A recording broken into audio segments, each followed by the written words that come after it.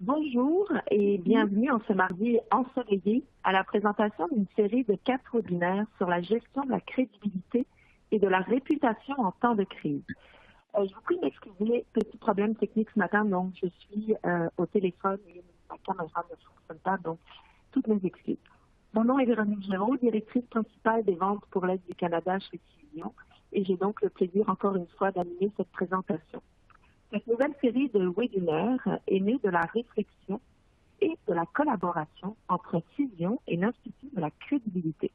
Nous nous sommes unis pour vous soutenir durant cette période de crise, pendant cette période d'incertitude, pour vous présenter tout au long de la série une analyse approfondie de l'impact de la réputation, de sa gestion, de son évaluation par indicateur et bien évidemment du retour sur investissement. Pour ceux qui ne connaissent pas Civision, chef de file mondial en solutions de gestion des médias acquis, aide les professionnels de la communication à mieux cibler, mobiliser, mesurer et intégrer leur campagne de communication. L'Institut de la crédibilité, lui, est la toute première et la seule organisation dédiée à la crédibilité au monde. Animé par l'innovation de rupture, l'Institut offre une stratégie innovante aux entreprises pour construire, gérer et évaluer leurs actifs intangibles. Aujourd'hui, nos experts, Stéphane Prudhomme, président, directeur général, fondateur et chef de l'innovation de l'Institut de la crédibilité, ainsi que Patrick Roussel, directeur des ventes, logiciel d'entreprise chez Civision, échangeront durant les webinaires à venir sur la gestion et l'évaluation stratégique des actifs intangibles des organisations pendant et après la COVID-19. Le branding, l'image corporative, la confiance, la crédibilité et la réputation seront redéfinis avec les plus hauts standards internationaux. Mardi passé, Stéphane et Patrick nous ont présenté en détail le rôle stratégique du branding et de l'image corporative en gestion de crise. Aujourd'hui, pour cette deuxième partie, nos experts parleront de la confiance, un actif intangible et fragile en situation de crise. Petit appendice pratico-pratique, donc pendant les prochaines 60 minutes, nous voulons vous entendre et souhaiterions inclure votre voix dans la conversation. Je vous invite donc à poser des questions, à partager des commentaires en utilisant la zone dédiée qui se trouve à droite de votre écran. Vous aurez aussi accès aux différents documents ou liens cités ou utilisés par nos experts durant la présentation, ainsi que le lien pour vous inscrire à la prochaine présentation, la partie 3, qui, elle, abordera l'évaluation par indicateur de la crédibilité et de sa stratégie. Je tiens d'ailleurs à préciser aux personnes, j'en profite, celles qui n'ont pas eu la chance d'assister à la première présentation, celle concernant le branding, qu'elles peuvent y accéder donc avec le lien disponible dans la liste des ressources, ou alors sur notre site web dans ressources, cliquez sur événements et webinaires. Voilà. Vous pourrez suivre et participer en direct à la conversation sur Twitter avec le widget disponible en bas à droite de votre écran. Alors, cette session-ci, de manière un petit peu plus différente, puisqu'on veut vous entendre, on veut de l'interactivité dans la présentation, nous avons une question à vous poser et je vous invite à y répondre en temps réel. Vous pouvez cliquer donc sur le polling pot, vous allez pouvoir choisir. La question est la suivante. Est-ce que votre organisation et votre équipe de relations publiques étaient prêtes à faire face à une crise de l'ampleur de la pandémie en termes de gestion de la confiance? Alors, je vous laisse y répondre.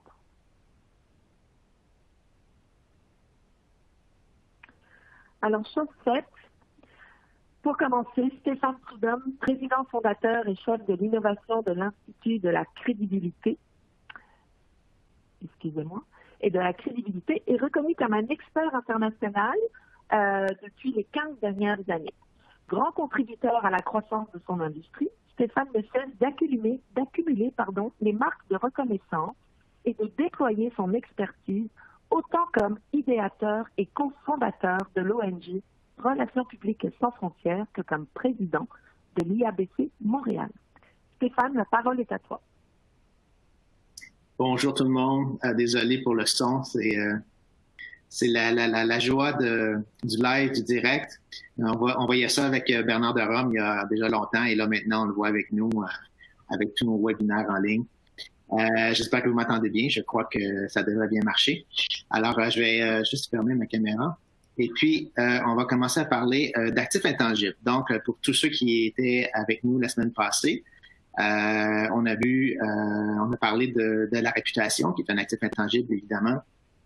On a parlé du branding, on a parlé de l'image corporative et aujourd'hui, on va parler de la confiance.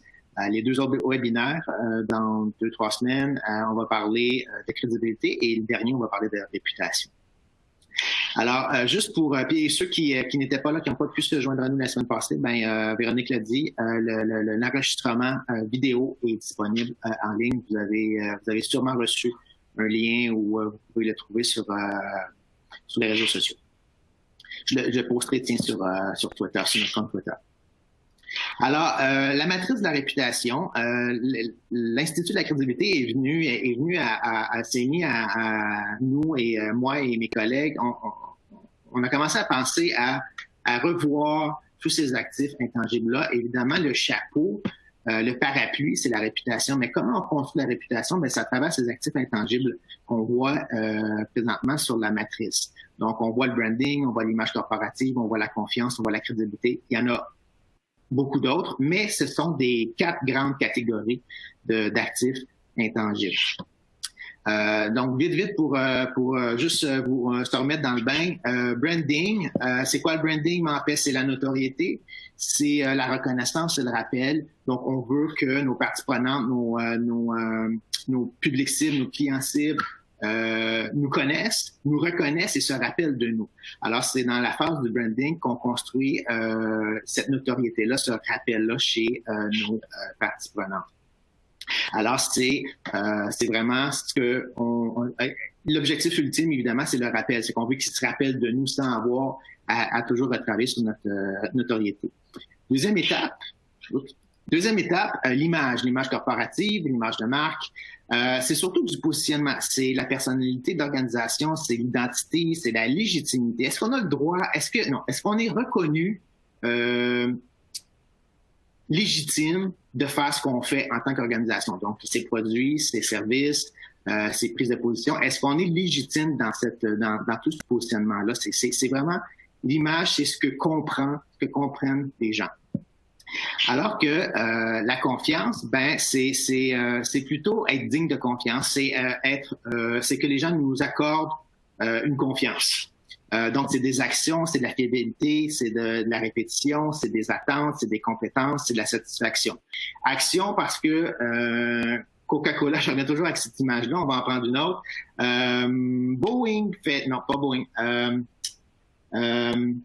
Bell ont un service d'Internet, donc ils disent depuis déjà 25-30 ans, nous offrons un service d'Internet et ils l'offrent. Ça, c'est une action. Donc, la répétition, d'année en année, ils répètent. On n'est pas encore dans les messages crédibles. Message, nous avons l'Internet le plus rapide. Ça, c'est un message. Alors que nous offrons Internet, c'est une action. Et ils répètent avec fiabilité. Donc, on a confiance que Bell offre des services et livre des services d'Internet. Alors qu'à la crédibilité, trois grandes composantes de la crédibilité, l'éthos, pathos et logos de Aristote. Donc, ça fait longtemps qu'on parle de crédibilité de ces 3 composantes. Ethos étant la crédibilité, la confiance, la marque personnelle. Le pathos étant les émotions, les valeurs, le storytelling, les histoires. Et le logos étant la logique, la raison, les preuves, les faits. Alors, voyons.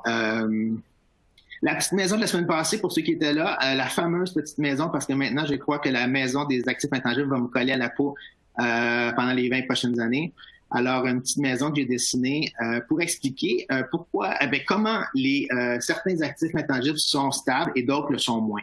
Alors, on commence par le branding qui est très stable parce que quand on connaît une marque, quand on connaît un produit, quand on connaît une organisation, c'est assez difficile de ne plus le connaître. Alors, à moins de changer de branding. Mais jusque-là, c'est assez difficile de ne pas le connaître et de ne pas s'en rappeler. Alors, c'est assez stable. C'est comme la fondation de la réputation, la fondation des communications. Il faut que les gens nous connaissent avant de pouvoir nous faire confiance, de nous trouver crédibles ou même de nous aimer. Alors, très stable le branding, même en situation d'urgence ou de crise. Même chose pour l'image corporative. L'image, j'ai représenté par les murs. Donc, les murs assez stables, des murs, c'est stable. Et ça vient, c'est stable parce que c'est ce qu'on comprend d'une organisation. Donc, ce qu'on comprend, c'est assez difficile de ne plus le comprendre quand on l'a compris. Donc, comprendre les valeurs, comprendre la mission, comprendre la vision, comprendre la culture. Donc, c'est assez difficile d'oublier ça une fois qu'on l'a compris. La confiance, j'ai représenté ça par la porte, donc instable, parce que quand on ouvre la porte, il y a toujours un risque que la personne en face de nous ne soit pas digne de confiance, ou soit un criminel, ou soit un voleur, ou soit dangereux. Donc, instable parce que on ne sait jamais, il y a un risque à ouvrir la porte, la confiance, à être digne de confiance.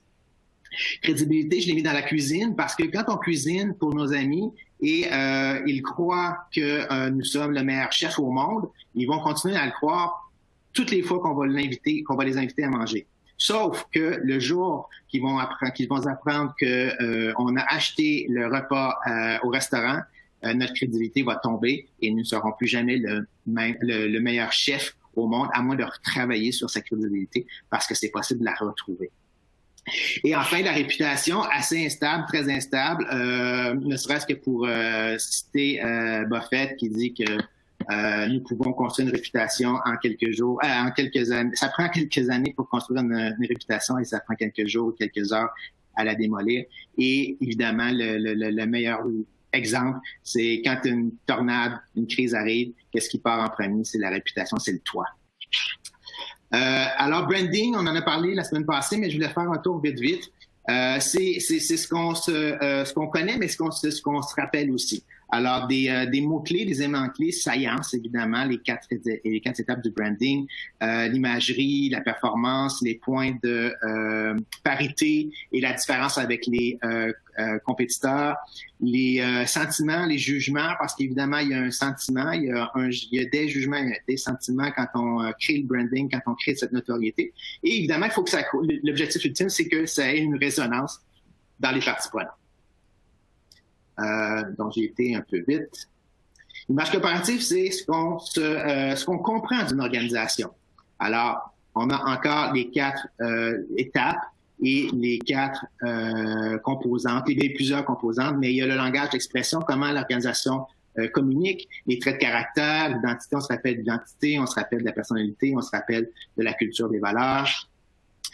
On se rappelle de la mission, de la vision, des compétences aussi. Est-ce que les gens nous comprennent comme étant compétents? Et évidemment, l'objectif ultime, quand on construit l'image, c'est qu'on devienne digne de confiance dans la tête des gens et créer des relations de confiance.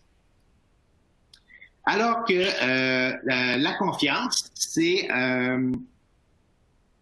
avant tout que les gens nous fassent confiance à ce que... en fait, il y a souvent le walk the talk. Alors, quand on dit qu'on va faire quelque chose et qu'on le fait à répétition, les gens vont avoir confiance qu'on va livrer ce qu'on avait dit qu'on allait livrer.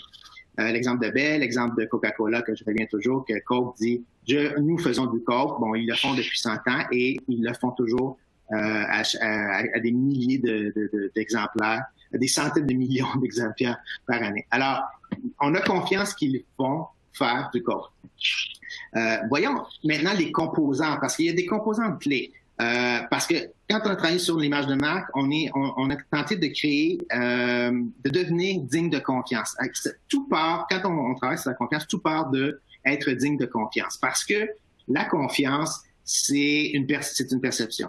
Très difficile à gérer, parce que une perception. Donc, être digne de confiance, il faut aller travailler là-dessus, il faut aller travailler sur certaines composantes qu'on peut voir ici. Il y a toujours les 4 stades. On commence par la légitimité. Est-ce qu'on a le droit, est-ce que les gens nous donnent le droit de faire ce qu'on fait? Alors, il y a une légitimité. Il y a des attentes des parties prenantes, les actions de la répétition, évidemment, la fiabilité. Est-ce qu'on est fiable? Est-ce qu'on livre toujours la même chose de la même manière? La satisfaction, les parties prenantes aussi. Et après, on passe à la bienveillance. Donc, on a aussi... la confiance, ce n'est pas que être digne de confiance, mais c'est aussi travailler à être digne de confiance. Donc, une organisation, par sa gouvernance, par ses gestionnaires, par ses travailleurs, doit être bienveillante.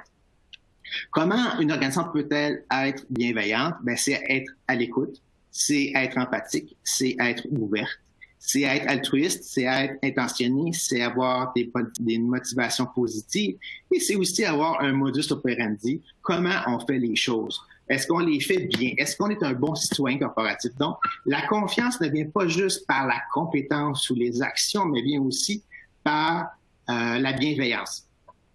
Et si on continue, quand les gens comprennent qu'on est bienveillant, que l'organisation est bienveillante, que sa gouvernance est bienveillante, là, on peut aller travailler sur l'intégrité. Est-ce que les gens nous voient comme étant, nous comprennent comme étant intègres? Et c'est quoi l'intégrité pour une organisation? Ben, c'est la transparence. C'est l'exactitude, c'est l'authenticité, c'est la franchise, c'est l'honnêteté, c'est la justice au sens de fairness, donc être équitable, et la satisfaction. Donc, quand on a travaillé sur la compétence, la légitimité, les attentes, les actions, la satisfaction, on peut après être perçu comme bienveillant, organisation bienveillante. Et après, on peut être comprise comme étant intègre. Et juste là, on peut commencer à avoir un changement dans les relations qu'on a avec nos parties prenantes. Et juste là, on peut commencer à créer un dialogue. Et juste là, on peut commencer à travailler sur la crédibilité, le prochain actif intangible, l'impact souhaité et la volonté d'être vulnérable aussi, d'être ouvert, parce qu'on se rappelle que la confiance, c'est un risque. C'est non seulement un risque, c'est une transaction. Donc, les gens nous accordent une confiance. Et nous, en retour, on leur redonne quelque chose. C'est que c'est un risque et c'est une transaction. Et si je vous disais que plutôt de tenter de gérer la confiance, parce que ingérable, parce que perception, on essayait de travailler sur ces facteurs clés-là de la confiance. Ça serait beaucoup plus facile à construire que de dire je gère ma confiance, parce que la confiance est une perception et c'est impossible à gérer. Aussi, je dois vous rappeler que les gens font confiance à des personnes dignes de confiance. Donc, ils font pas confiance à un produit, ils font pas confiance à un service, ils font confiance à des personnes dignes de confiance. Que ce soit des gestionnaires, que ce soit une gouvernance par le conseil d'administration, que ce soit des parties prenantes comme les investisseurs, que ce soit des travailleurs. On fait confiance à des personnes dignes de confiance. Alors, la confiance en temps de crise, l'importance de la bienveillance et de l'intégrité en gestion de la confiance. Les gens font confiance à des personnes, des gestionnaires, des travailleurs dignes de confiance. Vulnérabilité de la confiance, de la réputation. Donc, on a vu pourquoi la confiance est vulnérable, est à risque en situation de crise ou même en situation normale parce qu'on ouvre la porte et il y a un risque. Et la réputation, évidemment, on a tous compris que c'est assez volatile et vulnérable. Et stabilité du branding, image et crédibilité. Impact d'une crise sur les actifs intangibles, parce qu'il y a toujours un impact il y a un bouleversement quand il y a une crise, donc il y a un impact sur tout ce qui se passe à l'intérieur de l'organisation et à l'extérieur. Comprendre le rôle stratégique de la confiance en situation de crise, parce que les gens doivent continuer en situation de crise à garder confiance en les personnes qui gèrent l'organisation. Et les actifs intangibles prennent racine dans la culture et les normes sociales. Véronique?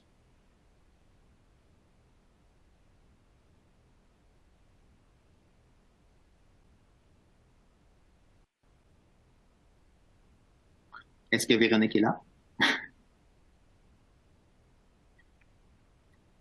Je crois qu'on a perdu Véronique. Alors, le mute. Oui, excusez-moi, je suis ici.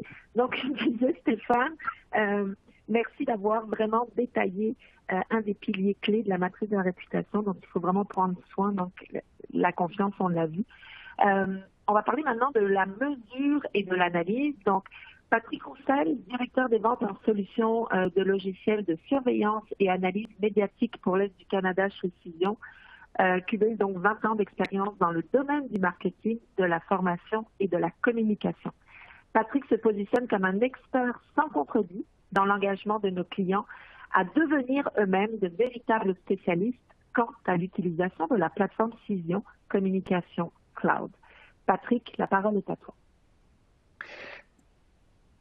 Merci beaucoup, Véronique, et merci beaucoup, Stéphane, de nous avoir exposé l'importance de la confiance. Comme je le soulignais la semaine dernière lors de notre webinaire, la surveillance médiatique, c'est un élément essentiel quand vient le temps de gérer sa réputation et ce peu importe dans quel stade on est, là, que ce soit au stade de bâtir sa notoriété, bâtir la confiance envers sa marque, établir sa crédibilité, sa personnalité en tant que marque, ou encore tout simplement maintenir ses acquis.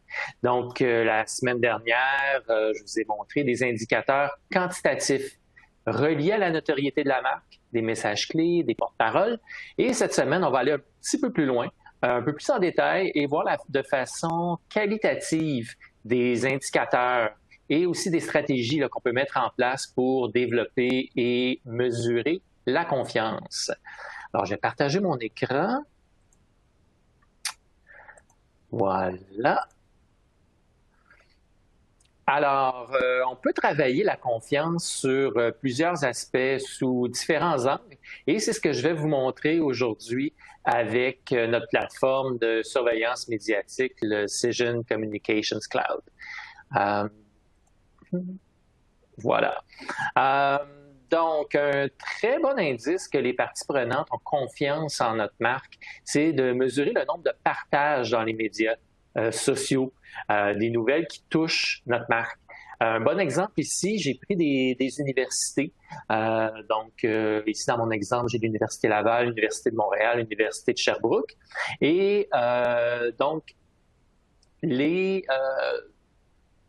dans les médias, les différents chercheurs des universités vont publier des articles et bon, les gens vont lire l'article, font confiance et vont prendre action en partageant des articles sur leurs différents réseaux sociaux. Donc, bien sûr, là, on pourrait isoler uniquement les articles neutres positifs, mais dans mon exemple ici, j'ai mis toutes les mentions, simplement là, pour fin de présentation. Pour ce qui est de la tonne, une excellente façon de faire parler de sa marque et de faire passer ses messages clés, de bâtir puis de travailler sur sa confiance, c'est vraiment de bâtir des relations avec les journalistes qui ont le plus d'impact. Donc, grâce à nos outils, c'est facile de cibler des journalistes par impact, donc soit par nombre de partages dans les médias sociaux, donc quels articles sont les plus partagés, par impact des articles en tant que tels, ou même par type de médias, si je voulais isoler, par exemple, les articles écrits dans les blogs, dans les journaux, télé ou autres. Donc, je vais rester dans mes indicateurs sur le partage dans les médias sociaux. Donc, c'est qui les journalistes ou les influenceurs qui ont publié les articles les plus partagés qui mentionnent ma marque? Lesquels ont le plus d'impact? Et par extension, avec quel journaliste je me dois, moi, comme entreprise, de bâtir des bonnes relations, puis d'aller développer le lien de confiance avec ces journalistes-là. Donc, juste une petite parenthèse pour le webinaire aujourd'hui. Quand je vais utiliser le terme influenceur, c'est vraiment dans le sens je parle des journalistes, des blogueurs, toutes les personnes du monde des médias qui ont une influence sur leur auditoire. Donc, pour ce qui est des influenceurs au sens plus large, ça sera abordé lors du prochain webinaire lorsqu'on parlera de crédibilité. Donc, je reviens ici à nos indicateurs de partage. Alors, j'ai ici, par exemple, au-delà de 25 000 partages. Donc, je vais, en cliquant dessus, je vais aller chercher tous les articles qui ont été partagés et je vais les classer en ordre de partage. Donc, en cliquant ici, rapidement, je vais être en mesure d'isoler et de cibler les articles qui ont généré le plus de partages sur les médias sociaux.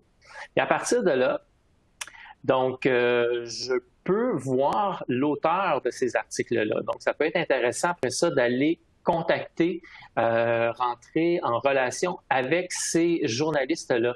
Donc, je vous donne un exemple. Dans notre plateforme, donc si je clique ici, par exemple, chaque journaliste, on va avoir un peu plus d'informations qualitatives par rapport à ce qu'il écrit, mais également toutes les informations de contact si on veut vraiment contacter rapidement le journaliste. Ici, j'ai Pierre-Paul Biron, par exemple.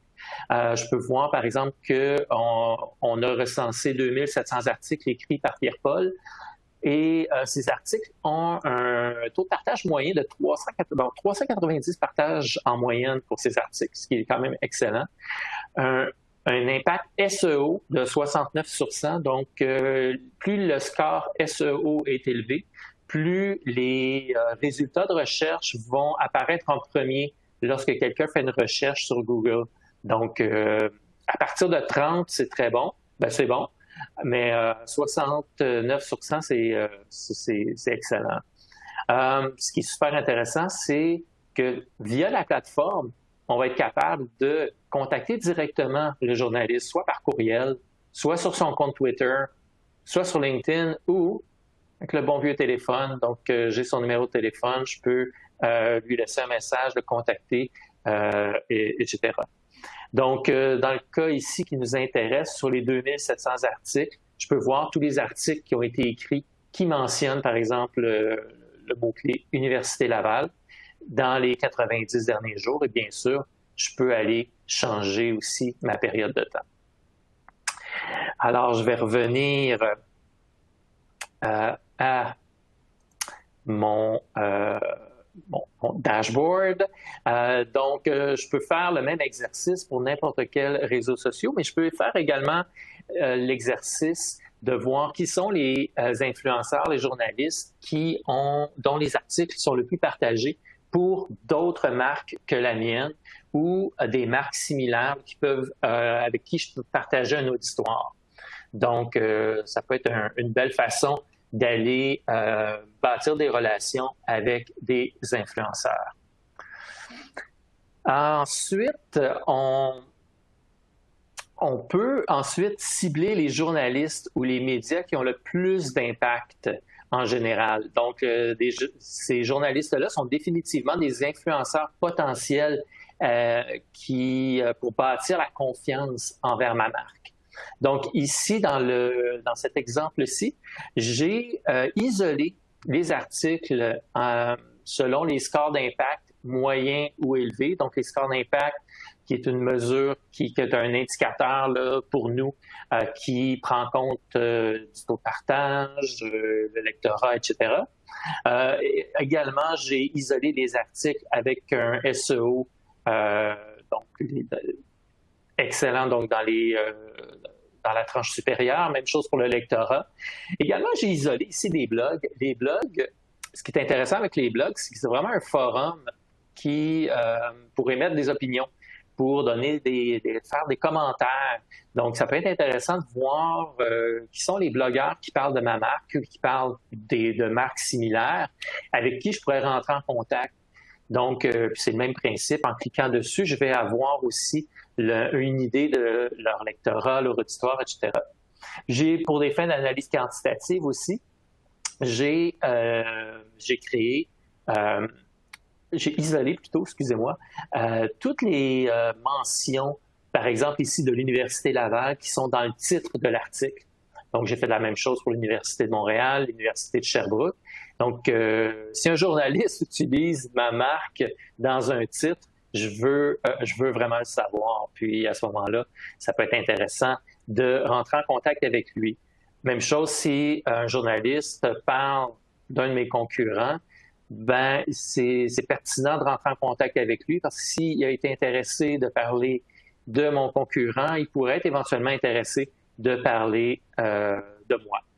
Alors, ici, on va cliquer un peu plus pour aller voir les détails. Si je clique ici sur tous les articles ayant un impact soit moyen ou élevé, donc je vais pouvoir avoir toute la liste de ces articles-là, puis je vais les classer justement en ordre d'impact, donc celui avec le plus d'impact à l'article ayant le moins d'impact. Donc, je peux voir ici les publications qui ont repris. Quand même, on a le New York Times, le Washington Post. Donc, je pense que c'est une belle marque de confiance ici. Ce qui est super intéressant avec la plateforme, si je veux connaître un peu plus avoir un peu plus d'informations sur le média en tant que tel. Donc, je peux cliquer ici, c'est des liens cliquables là, sur le média. Et à ce moment-là, je vais aller chercher plus d'informations. Donc, j'ai pris cet article ici. Ici, en cliquant sur le titre, je pourrais aller voir l'article au complet. Mais sinon, dans un article, par exemple, sur ici Radio-Canada, écrit par Alexandre Duval, je peux voir que j'ai 1,5 million de lectorats.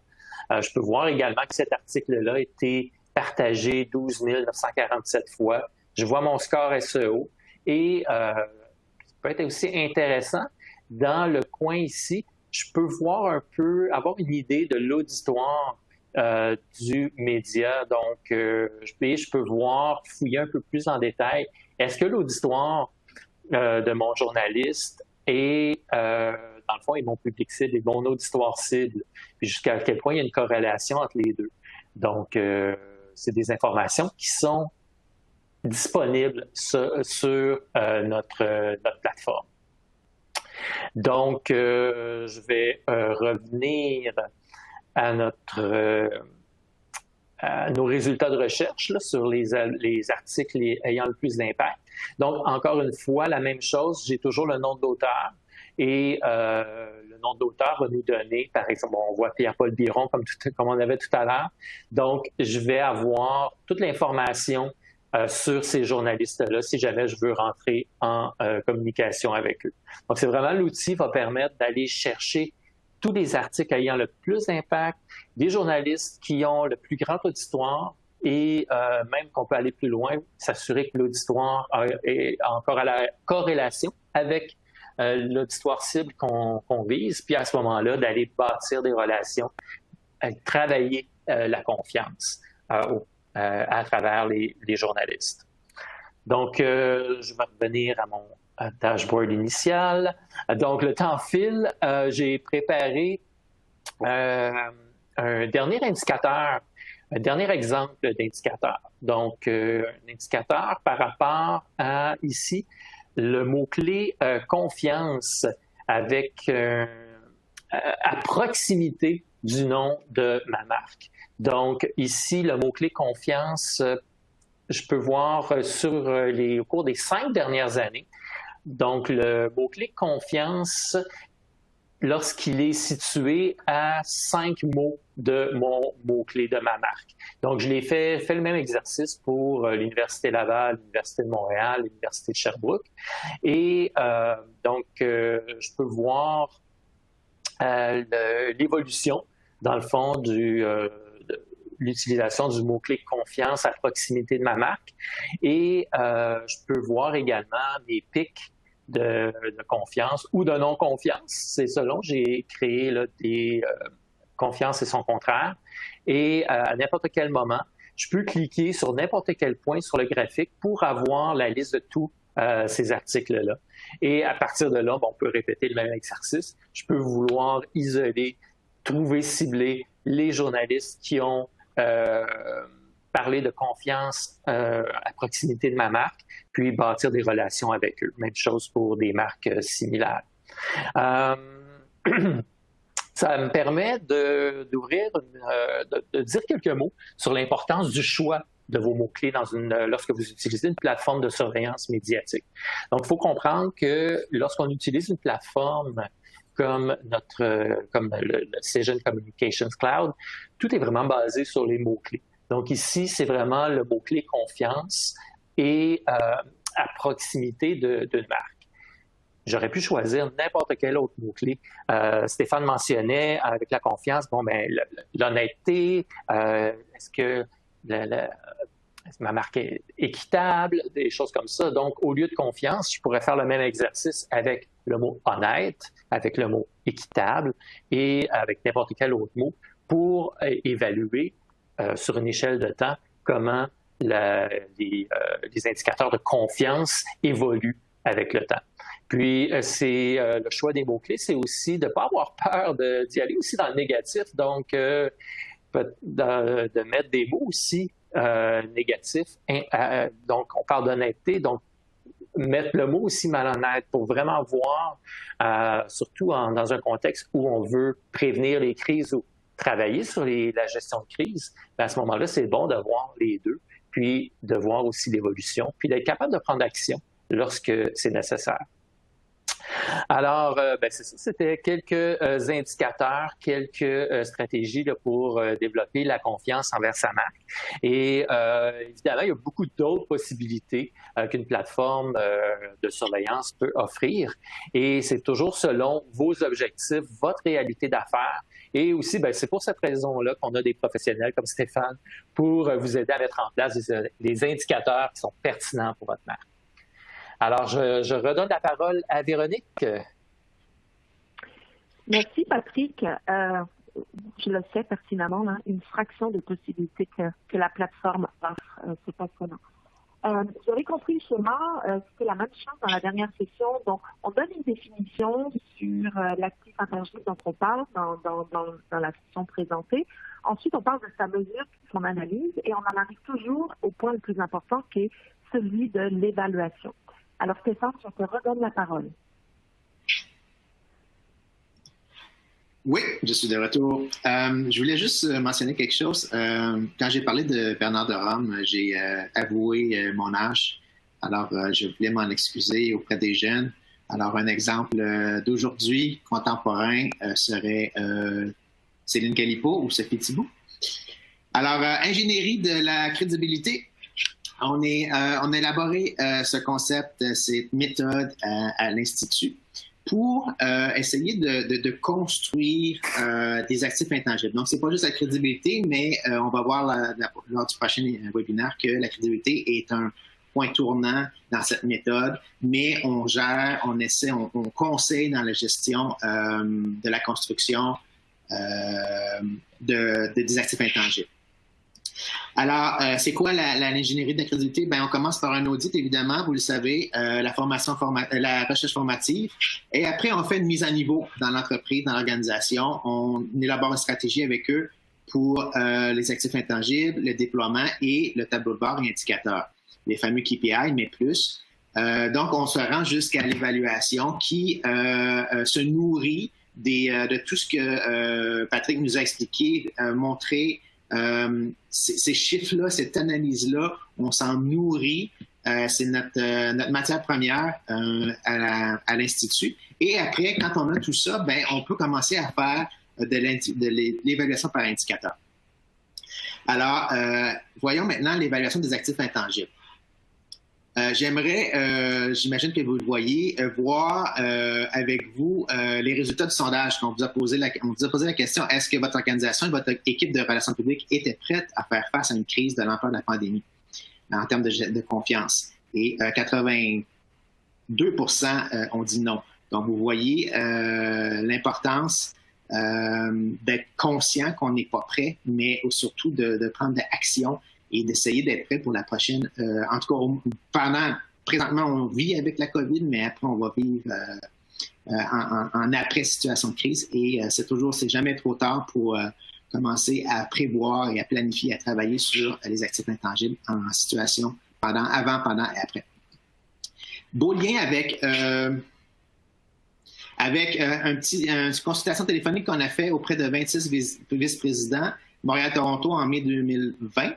Donc, le mois passé, 77% des répondants croient que la confiance accordée à leur entreprise a été malmenée durant la pandémie.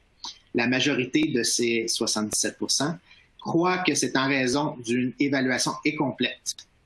94% réalisent qu'ils, elles, n'étaient pas prêts à préserver la confiance qui leur est accordée par les parties prenantes durant la crise de l'ampleur de la pandémie, durant une crise. Et 84%, ça c'est un chiffre assez impressionnant, 94%, et maintenant 84% affirment qu'ils maîtrisent mal les facteurs de la confiance les plus impactants. Donc, la confiance, les facteurs clés de la confiance ont un impact sur l'ensemble des actifs intensifs, mais aussi sur la performance de l'organisation.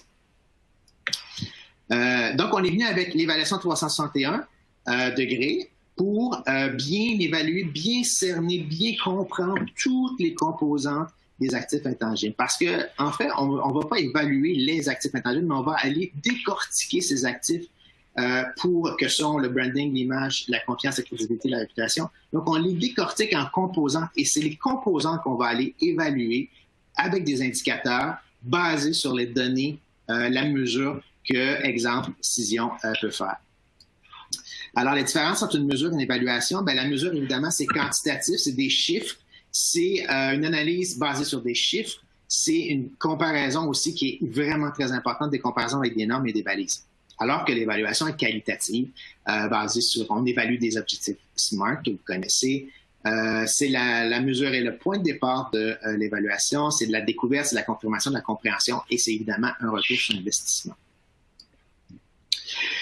Sondage et évaluation par indicateur, parce que tout le monde, on connaît toutes les entreprises, les agences, puis je les nommerai pas, mais parce elles font du très bon travail en sondant la population sur la confiance. Donc, mais c'est par contre la confiance qui est sondée, c'est binaire. Donc, c'est j'ai confiance, je n'ai pas confiance. C'est très utile.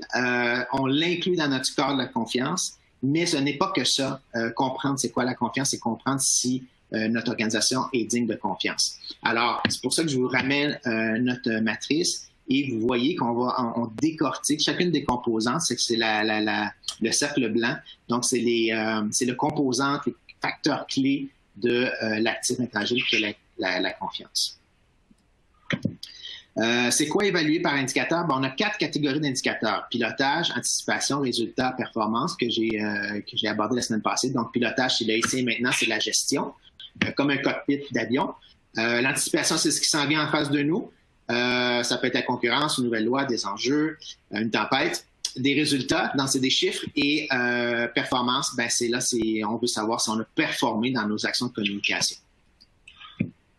Des exemples d'indicateurs de pilotage quand on veut évaluer la confiance. Les compétences en gestion de crise sont-elles reconnues à l'organisation? Un indicateur d'anticipation, est-ce que nos parties prenantes comprennent comment nous procédons? C'est qu'on vient à aller voir si le modus operandi est bien compris. Les résultats, est-ce que nos parties prenantes nous jugent dignes de confiance? Parce que c'est la base.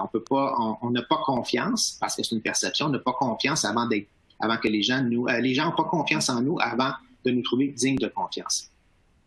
Indicateur de performance, quel est l'état de nos relations? Parce qu'évidemment, l'objectif à la fin, c'est le dialogue et les relations. Donc, l'indicateur pourrait être un exemple. Quel est l'état de nos relations avec nos parties prenantes? Voyons maintenant, la semaine passée, on a fait la même démarche et voyons, on pourrait comparer ici des indicateurs de pilotage, anticipation, résultats et performance, mais si on veut évaluer le branding, l'image ou la confiance. Vous voyez la logique qui s'opère d'un acteur à l'autre, d'un actif intangible à l'autre. Évidemment, on ne pourrait pas travailler sans l'évaluation et l'intelligence. On ne pourrait pas travailler l'évaluation et l'intelligence artificielle sans l'intelligence artificielle. Alors, c'est pour ça qu'on travaille là-dessus et on voudrait intégrer l'intelligence artificielle dans le tableau de bord en ligne pour pouvoir non seulement mesurer ce que Cision fait, mesurer toutes les données depuis très longtemps, mais aussi les évaluer, mais aussi voir le futur. Parce que l'IA, c'est ce que ça nous permet, c'est de voir le futur, donc de voir des tendances, même de proposer des scénarios. Alors, dans tout ce processus d'évaluation, de mesure et d'évaluation, on a vraiment besoin de l'intelligence artificielle pour nous aider à voir en avant. Donc, des indicateurs d'anticipation. Notre tableau bord en ligne, diagnostic, enjeu, stratégie, objectif, indicateur. Je n'ai pas mentionné depuis le début qu'il faut toujours faire la mesure et l'évaluation en continu. C'est ce qui nous différencie des sondages. Les sondages, c'est une fois 6 mois, une fois trimestre, une fois par année, alors que la mesure et l'évaluation se fait en continu. Très important, surtout avant, pendant et une crise. Très important en continu sur une année comparé des années. Alors, c'est hyper important, crucial de faire une mesure, une évaluation en continu. Ça nous donne un score de la confiance, un score de la crédibilité et un score de la performance. C'est quoi le score de la confiance? En fait, c'est qu'on va mesurer par indicateur. On va évaluer, on mesure avant, mais on évalue par indicateur et on sonde aussi, parce que le sondage, j'ai confiance ou pas, la binarité de la confiance de l'actif intangible, nous apporte aussi beaucoup dans l'évaluation. Mais ce n'est pas que ça, parce qu'il faut aller évaluer, comme je l'ai dit, les composantes, chacune des composantes qu'on voit ici, pour vraiment bien comprendre, évaluer la confiance et voir si on est digne de confiance. Seulement si après être digne de confiance, les gens peuvent nous accorder de la confiance. Alors, on a un score de la confiance avec notre tableau de bord. On a également un score de la crédibilité qu'on va voir au prochain webinaire et un score de la performance qui est relié à la réputation. Donc, l'actif intangible le plus évalué, mais le plus utilisé en retour sur investissement. Retour sur investissement qui est assez chronologique. C'est que vous voyez qu'on évalue la confiance, la crédibilité, on travaille. Après, on a un dialogue, on peut créer un dialogue. Et seulement après le dialogue, on a une influence. Et après, on travaille sur la réputation. Et après, on peut avoir un impact. Et c'est seulement que qu'on a créé un impact, on peut avoir un retour sur investissement. À retenir, le branding et l'image corporative sont des actifs intangibles stables. On a vu, on se rappelle la maison. La confiance est un actif intangible instable, alors que ces facteurs clés sont plutôt stables lors de crise. Vous voyez la différence. Sûrement qu'on va avoir des questions sur pourquoi vous dites que la confiance est instable. La confiance, le concept, la perception est instable, alors que les facteurs clés sont plutôt stables, et surtout lors de crise. La gestion des facteurs clés de la confiance doit être incluse dans une stratégie de communication intégrée avant, pendant, après une crise. La mesure et l'analyse doivent être faites en continu. Le rôle stratégique de l'évaluation par indicateur, on l'a compris. Le tableau de bord est un outil indispensable avant, pendant, après une crise, mais surtout à l'année longue. Et le retour sur investissement de l'évaluation des comptes, parce que ça rapporte pas juste de l'argent, mais c'est la base de la stratégie, en fait. Et voilà.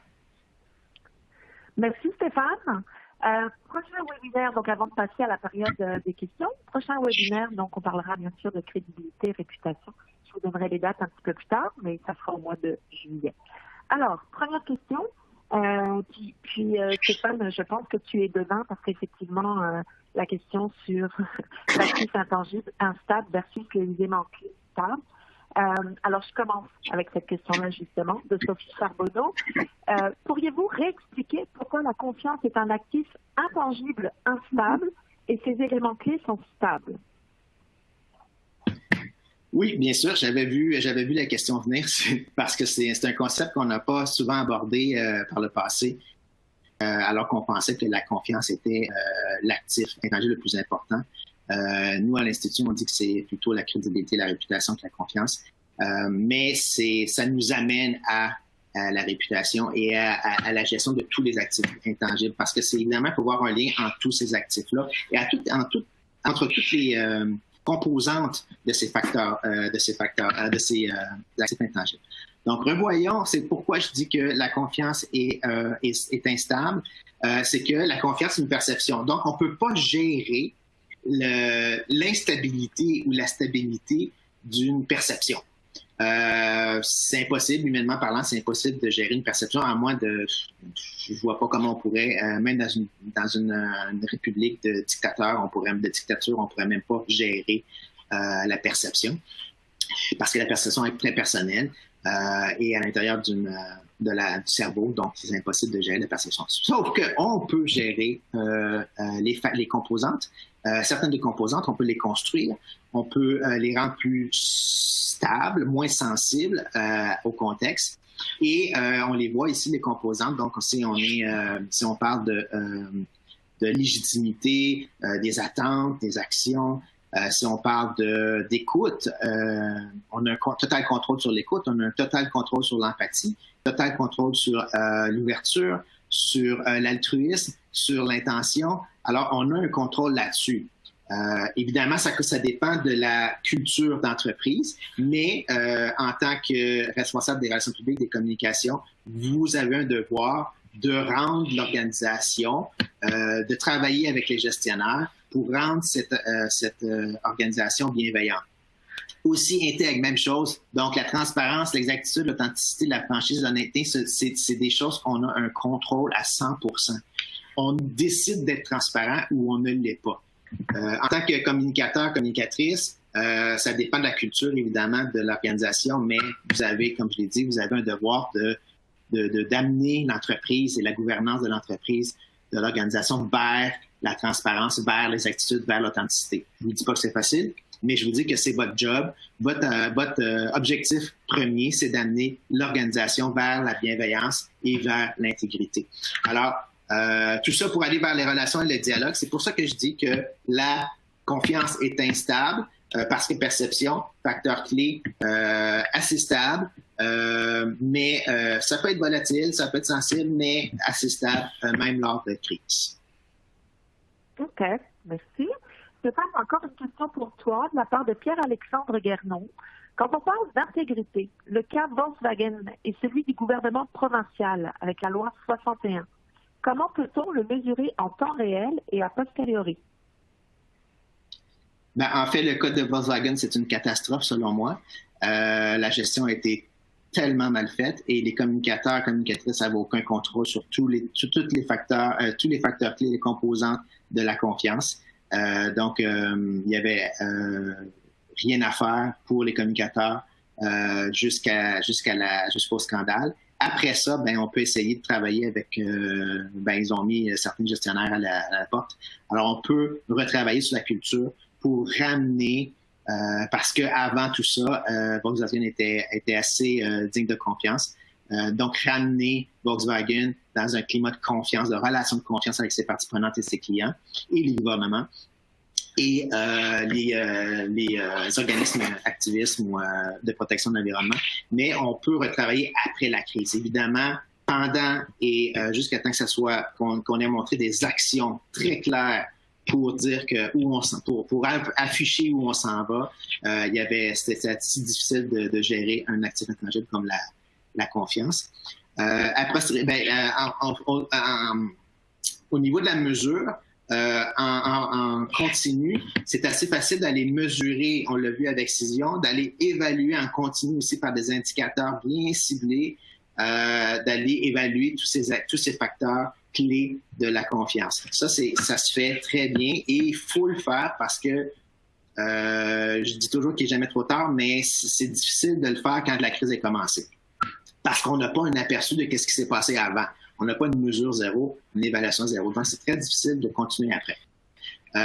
Au niveau de a posteriori, il faut voir ce qui s'en vient. Donc, il faut essayer de prévoir ce qui s'en vient, des indicateurs d'anticipation, de voir ce qui s'en vient, toujours basé sur les facteurs clés qu'on voit ici.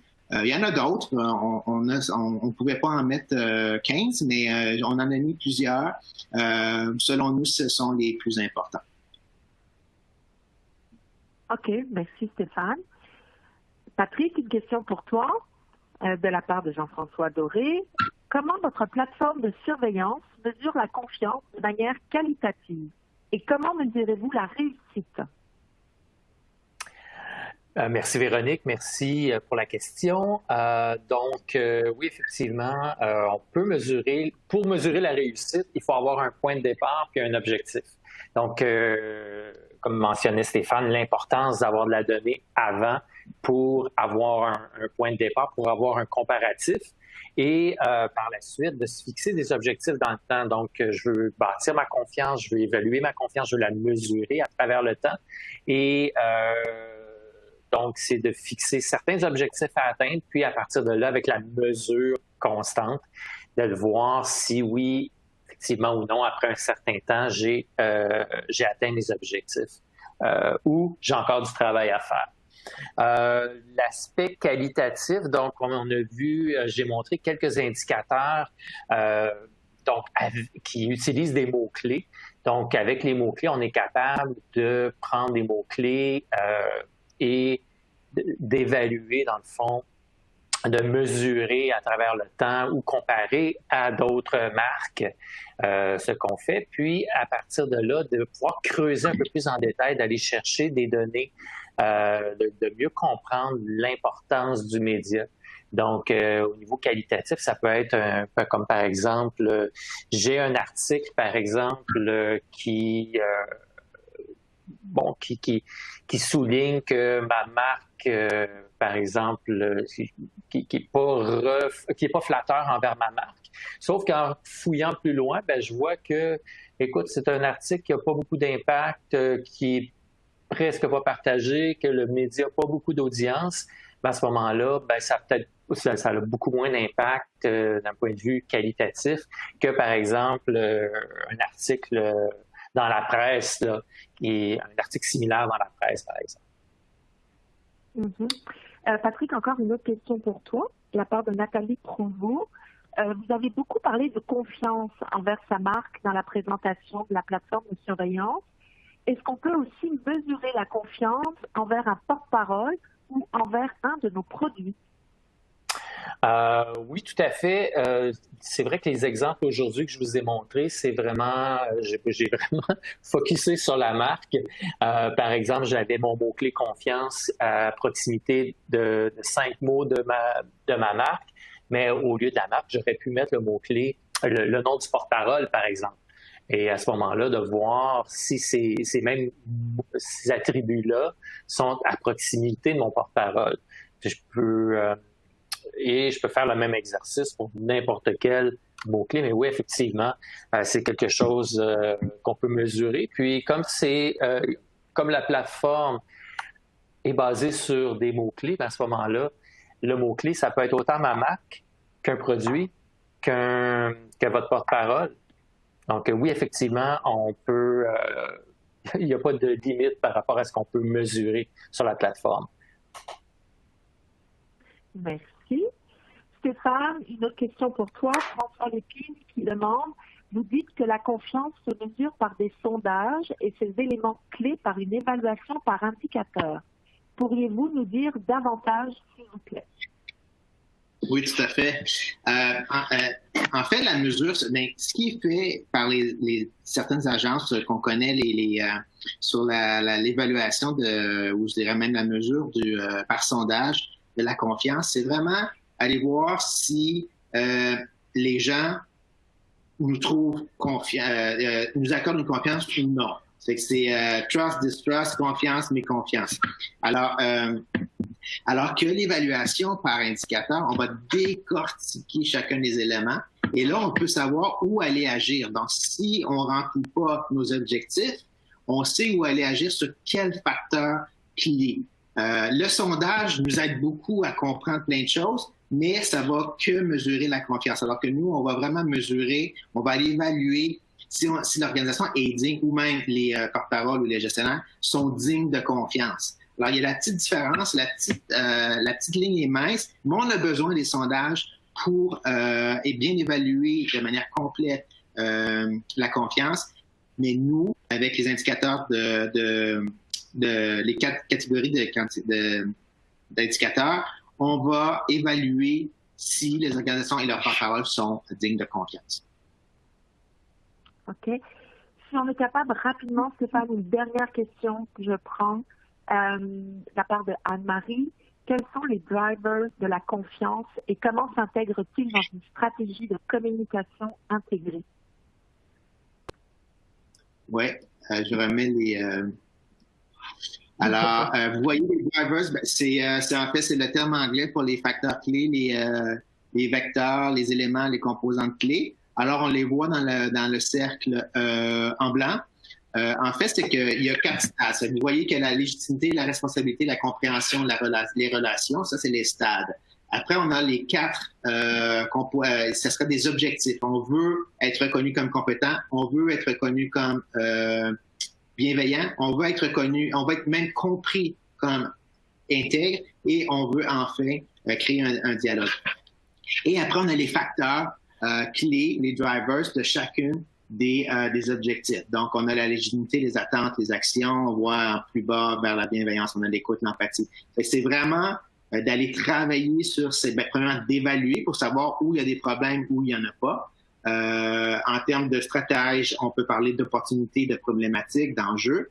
Alors, c'est d'aller voir où ça va bien, où ça va moins bien, puis de pouvoir agir, prendre action sur ces facteurs clés-là, sur certains facteurs clés-là, pour pouvoir travailler et devenir de plus en plus digne de confiance pour qu'après seulement la population, les parties prenantes, les personnes sondées nous accordent notre confiance ou non.